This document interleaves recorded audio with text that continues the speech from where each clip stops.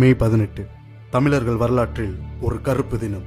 முள்ளிவாய்க்கால் நினைவு நாள், ஈழப்போரின் இறுதி கட்டம், ஈழப்போரில் இறந்தவர்களை நினைவு கூறும் நாள் என்று பலர் கூறினாலும் இலங்கையில் தமிழர்களுக்கு எதிராக நடத்தப்பட்ட இனப்படுகொலையின் உச்சகட்ட நாள் என்றுதான் சொல்ல வேண்டும்.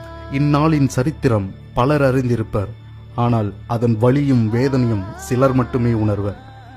எங்கு பார்த்தாலும் மனித சதை சிதறி கிடந்த கதையை சொன்ன ஈழத் தமிழர் ஒருவர் மேலும் சொல்ல வார்த்தை இல்லாமல் கண்ணீரால் பேசினார். இன்னும் சொன்னால், ஒரு இனப்படுகொலையை உலகமே கைகட்டி நின்று வேடிக்கை பார்த்த நாள் மே 18. 1983 2009 வரை தமிழீழம் கோரி சிங்கள இராணுவத்தை எதிர்த்து விடுதலை புலிகள் நடத்திய போர் இன்றோடு முற்று பெற்றது என்று மே 18, 2009 இலங்கை அரசு அறிவித்தது.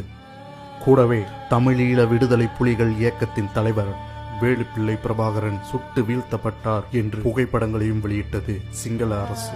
தமிழர்களுக்கு கருப்பு தினமாக அமைந்த இந்நாளை இலங்கை அரசு இராணுவ வெற்றி நாளாக கொண்டாடி வருகிறது. எனவே இலங்கையில் தமிழர்கள் ஏற்பாடு செய்யும் நினைவு நாள் நிகழ்வுகளை தடை செய்து வருகிறது சிங்கள அரசு. இருப்பினும் உலகமெங்கும் புலம்பெயர்ந்த இலங்கை தமிழர்கள் ஆங்காங்கே முள்ளிவாய்க்கால் நினைவு நாள் நிகழ்வுகளை நடத்தி கொண்டே வருகின்றனர். 22 வருடம் நீடித்த இந்த போரில் பிள்ளையின் அரை உடலோடு அப்பா, சகோதரியின் தலையை மட்டும் கையில் வைத்திருக்கும் சகோதரன், தலையில்லாமல் கிடக்கும் முண்டங்கள் என ஓலம் ஒப்பாரிகளோடு பல காணொளிகளை பார்த்திருப்போம்.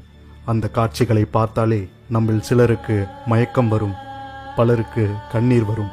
இப்படி போரில் இறந்த பல தமிழர்களை நினைவு கூறும் நாள் மே 18.